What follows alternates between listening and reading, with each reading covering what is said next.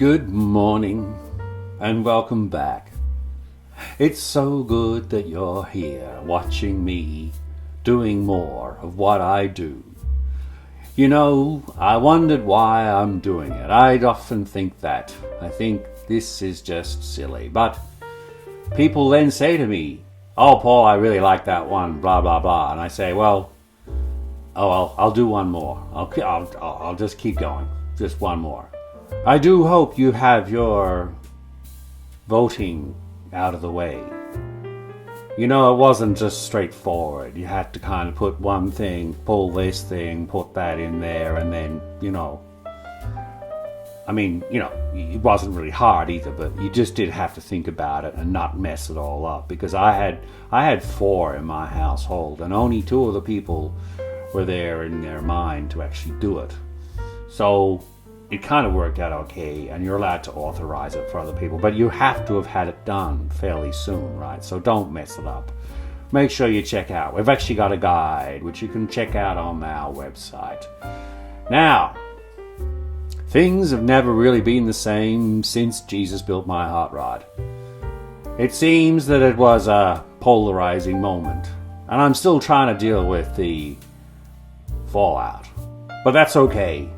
I'm doing my best. Did you see that the Gisborne Aldi is on its way? They're tilting slabs. It's going to be enormous. And there's going to be things like special buys. I mean, you go to Aldi, you walk down the aisle, and you say to yourself, I'll have some of those cornflakes, I'll have some of those sultanas and those nuts. Whoops, there's a chainsaw. I may as well get that too.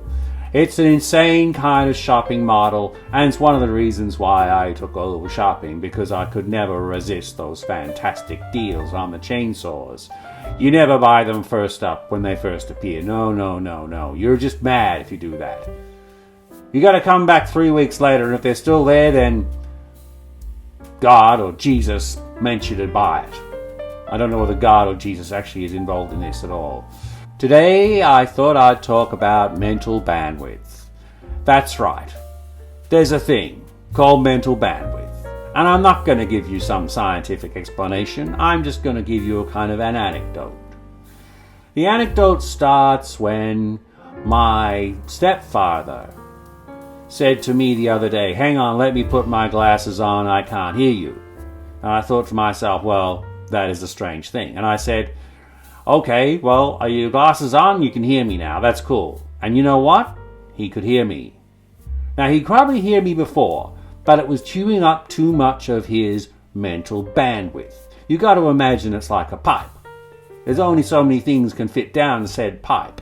And so to reduce the amount of processing which was required to process the out-of-focus world that he was looking at, and to concentrate further on what I was saying, he had to put his glasses on.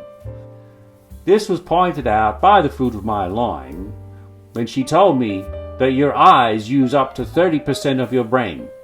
So by closing your eyes, you can actually hear better. Obviously, you can't see at all, but you see, you can hear better, you can probably think better, you can do all sorts of things because you're not chewing up your mental bandwidth. Now, I don't want to say it's not like a technical term. That's just kind of like an anecdotal thing, right? Just, chill. Please, put a comment if you want. If you know more about it than me, tell me about it. So, with this whole mental bandwidth, and I've always noticed that even when I was a young fellow and I would be reverse parking, as you would do a lot when you lived in the big smoke, that I had to turn the radio down. I could no longer rock along to all the music.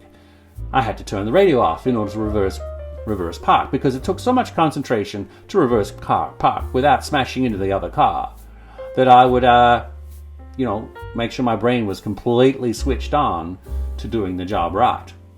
And so there you have it. Make sure you close your eyes next time you need to think. And why don't you have a great day?